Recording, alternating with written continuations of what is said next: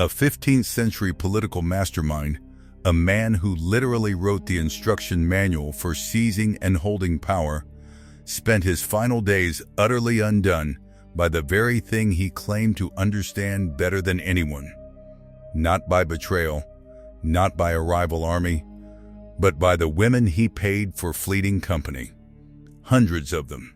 And the brutal lessons he learned in those encounters about male psychology, about the architecture of weakness, became the most overlooked, uncomfortable truth hidden within his life's work. Welcome back. For those just joining, this channel explores the raw, often unsettling psychology that dictates why we do what we do. Today, we're stepping into territory most won't discuss, because it forces us to look at a man history remembers as a ruthless genius, and a reality about men that is deeply, profoundly awkward to face. We're talking about Niccolo Machiavelli, but not the calculating master of statecraft you think you know. We're talking about the man, because buried within the life of this brilliant mind was a devastating internal contradiction. And if you can grasp why that contradiction existed, you'll unlock an understanding about male nature that many go their entire lives avoiding. Stay with me. This might fundamentally shift your perception of yourself.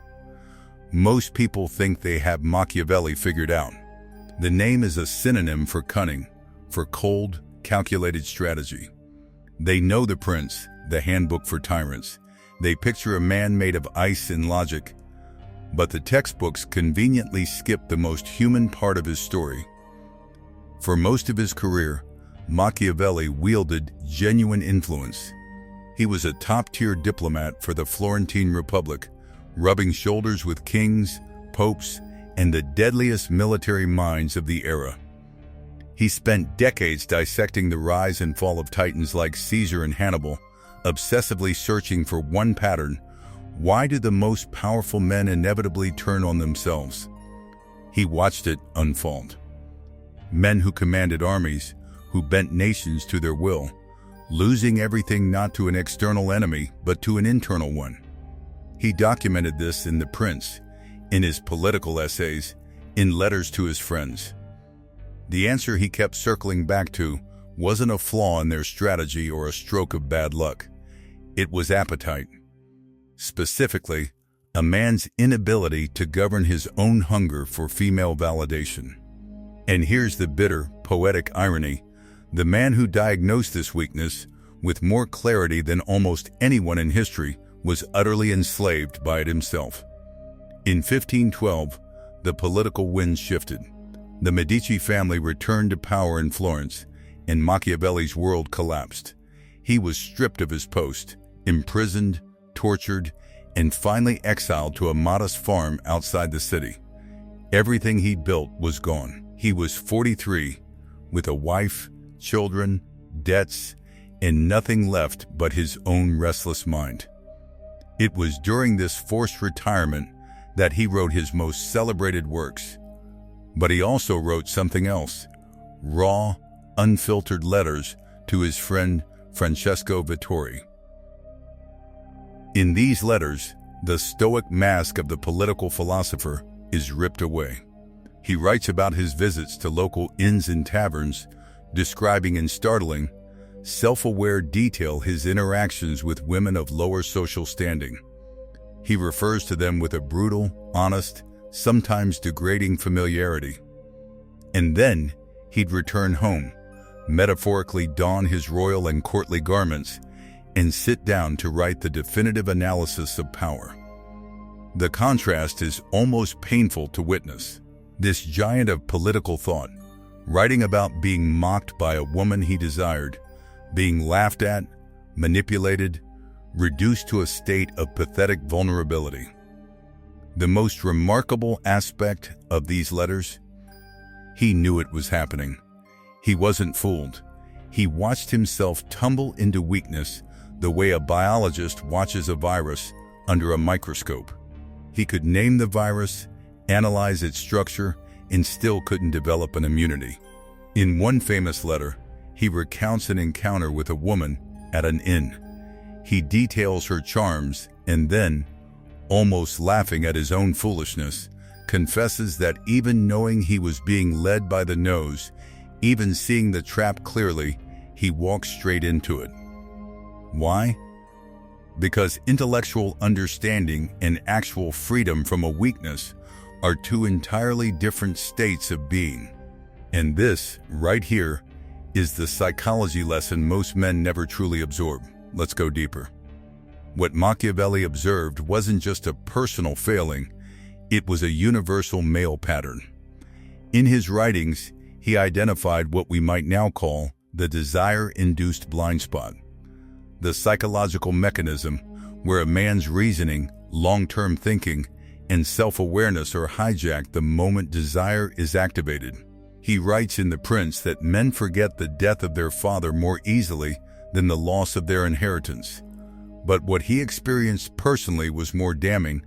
Men forget their own dignity more easily than they forget the object of their obsession. Think about that. He watched brilliant rulers negotiate complex treaties by day and debase themselves chasing a woman who had no interest in them by night. He saw men of immense discipline, soldiers, bankers, statesmen, become completely irrational, making promises they couldn't keep, taking risks they'd never otherwise consider, all because sexual desire had temporarily disabled their judgment. Modern neuroscience explains why this happens. When a man is in a state of heightened desire, the prefrontal cortex, the brain's center for logic, risk assessment, and impulse control, is suppressed. The limbic system, the ancient emotional survival engine, takes over. This isn't weakness, it's biology. But Machiavelli's crucial insight was this: biology is a predisposition, not a life sentence. The men who understood this process, who could witness it happening inside themselves, had a fighting chance. The men who remained oblivious to it were permanently at the mercy of anyone who understood the mechanism better than they did. And who understood it best? The women in the inns and taverns of Florence. This isn't a moral judgment. It's an observation about information asymmetry. These women had studied male psychology out of pure survival. They knew, with surgical precision, how to spark desire, how to sustain it, how to leverage it not out of malice, but because their livelihood depended on it. They were, in a very practical sense, some of the most skilled behavioral scientists of the Renaissance. And Machiavelli, watching them work, was observing the most honest experiment in human nature available to him. So, what were the specific vulnerabilities Machiavelli cataloged? Let's outline the 3 core male weaknesses he describes across his public works and private letters. Weakness 1. The validation seeker. Machiavelli observed that powerful men who commanded fear and respect from their rivals, would become psychologically pliable the moment they craved a woman's approval. The need for her to view him as powerful became more urgent than the reality of his power. He described men who inflated their status, fabricated wealth, made rash promises, not for any strategic gain, but just to see admiration in a woman's eyes. This is what modern psychology calls an external locus of control, placing your sense of self-worth outside yourself. When a man does this with a woman he desires, he hands her a key to his internal state. She doesn't even have to ask for it. The moment his emotional stability depends on her approval, he's surrendered leverage without a fight. Weakness 2. The risk miscalculator. The second vulnerability Machiavelli noted was the dramatic underestimation of risk driven by desire. In his diplomatic career, he saw men make perilous political alliances, compromise national security, because the alliance was brokered through a woman they were infatuated with. He saw them trust untrustworthy people, ignore glaring warnings, commit to actions they'd rationally know were suicidal, all because desire had fogged their threat perception. The Romans had a phrase, amores mentis perturbatio, love is a disturbance of the mind. Machiavelli agreed, but added a pragmatic warning. A truly dangerous opponent will always look for the woman in a powerful man's life as the most efficient point of attack, not to seduce him, but to study him. Because a man in a state of desire reveals everything: his insecurities, his needs, his vulnerabilities. Weakness 3, the surrender seeker. This is the most subtle and perhaps the most revealing. Machiavelli understood that men often wanted to be overcome by their desire. On some level, they were seeking the relief of surrender. Being strategic, always calculating, perpetually in control, it's exhausting. Desire offered a release, a permission slip to stop thinking and simply feel. So, men weren't just falling into weakness in a strange way, they were actively running toward it. This mirrors what modern psychology calls the intimacy control paradox. The same drive that pushes a man to master his environment can create a secret yearning for something or someone that can overpower him, at least temporarily. The women in those Florentine establishments understood this intuitively. They weren't just selling pleasure, they were selling a brief escape from the burden of self-control. That's a far more potent commodity. Now, let's bring this to where it matters. All this history is just noise if it doesn't connect to your life. Machiavelli died in 1527, still writing, still analyzing, still failing to fully master the weakness he understood better than anyone else. His tragedy wasn't a lack of insight. It was the chasm between knowing and being.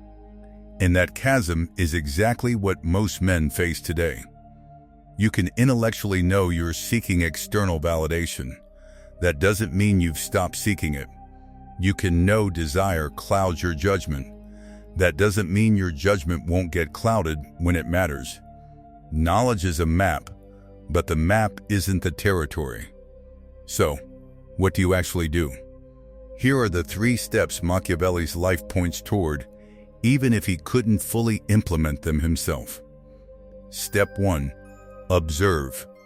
Don't suppress. Machiavelli's most powerful tool, the one he used even when it failed to save him, was observation. He watched his own behavior with detached curiosity. He documented his weaknesses rather than pretending they didn't exist. Most men handle their vulnerabilities by burying them, performing strength, refusing to admit, even to themselves, that they are biologically primed for this susceptibility. That performance doesn't eliminate the vulnerability, it just drives it underground. And underground vulnerabilities are the most dangerous kind, because they can be exploited by anyone paying attention. Step 2. Decode the desire. When a man chases desire compulsively, he's almost never chasing the thing in front of him, he's chasing something beneath it. Machiavelli's obsessive pursuit of women during his exile wasn't really about the women, it was about significance. He'd lost his place in the world. He'd been humiliated by history. And in those dark rooms, for a few fleeting hours he could feel, if not powerful, at least wanted. Ask yourself, what is your desire pointing toward? What emotional void is it trying to fill? Because when you can answer that honestly, the external object starts to lose its hypnotic power over you. You can begin to address the actual need, the hunger beneath the hunger. Step 3. Build identity from the inside out. The reason powerful men are more vulnerable to this weakness, not less, is because they've built their identity on external performance. When that performance is stripped away, by exile, by failure, by age, there's often nothing solid left underneath. so they reach outward desperately for something to tell them they still exist. The man who builds his identity from within, from his values, his craft, his relationship with his own mind, doesn't become less when the external trappings fall away. He remains himself. That is the armor Machiavelli never fully forged. And it is the thing he was, in his own broken way, pointing toward in all his greatest works. Machiavelli spent his final years on that small farm, exiled from the world he once commanded, writing some of the most brilliant political philosophy ever conceived, and struggling every night with the weakness he'd identified in every powerful man he'd ever studied. His life isn't a cautionary tale of failure. It's a cautionary tale about the gap between seeing clearly and living accordingly. The lesson isn't that desire is wrong. The lesson is that unconscious desire is a leash, and someone, somewhere, is always ready to hold the other end. The question Machiavelli was asking, the one he never fully answered, is the same question worth asking yourself tonight. Who is actually in control of your choices? If this video made you think, do one thing: share it with someone who needs to hear it. And if you want more content on the psychology of power, self-mastery, and human behavior, hit that subscribe button. We go deep here at Winds of Thought. See you in the next one.